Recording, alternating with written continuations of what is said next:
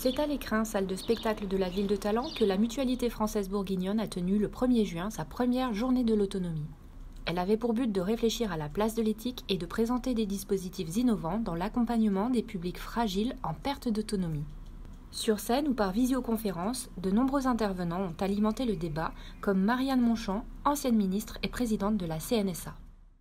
Nous avons collectivement à transformer, à faire évoluer nos représentations de nos politiques publiques, de nos actions, de nos réalisations et de notre capacité d'innovation pour adresser, comme on dit, la personne, non pas comme un objet de soin ou de prendre soin, mais comme un alter ego avec lequel nous pouvons dialoguer pour être en mesure de lui proposer des réponses à ses aspirations et à ses choix.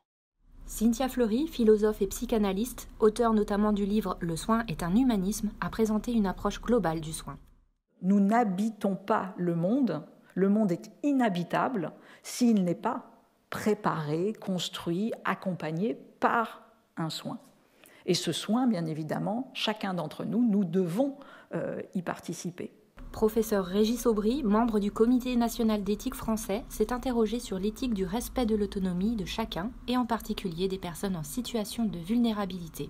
L'autonomie n'existe que parce qu'on est environné, parce qu'on n'est pas seul, et parce qu'on est capable, dans un milieu solidaire, d'avoir des relations de confiance.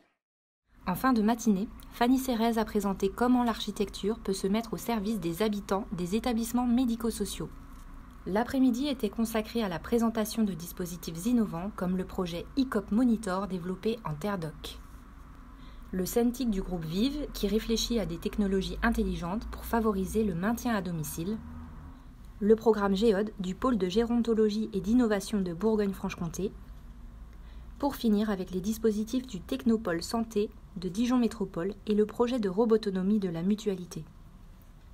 Cette première édition a permis de réunir près de 400 personnes en visio et sur place, professionnels de l'accompagnement des publics fragiles. L'architecture des EHPAD, je voulais voir où on en était et je me rends compte qu'il y a beaucoup de travail de fait déjà et beaucoup de choses à concrétiser et c'est une aventure passionnante.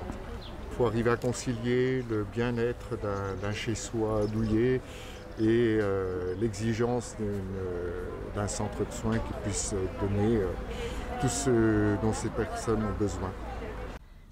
Tout au long de la journée, les participants ont pu visiter une exposition de l'art pour le dire, créée par les artistes et usagers des établissements médico-sociaux de la Mutualité française bourguignonne. Un programme riche pour cette première édition qui a l'ambition d'être pérennisé.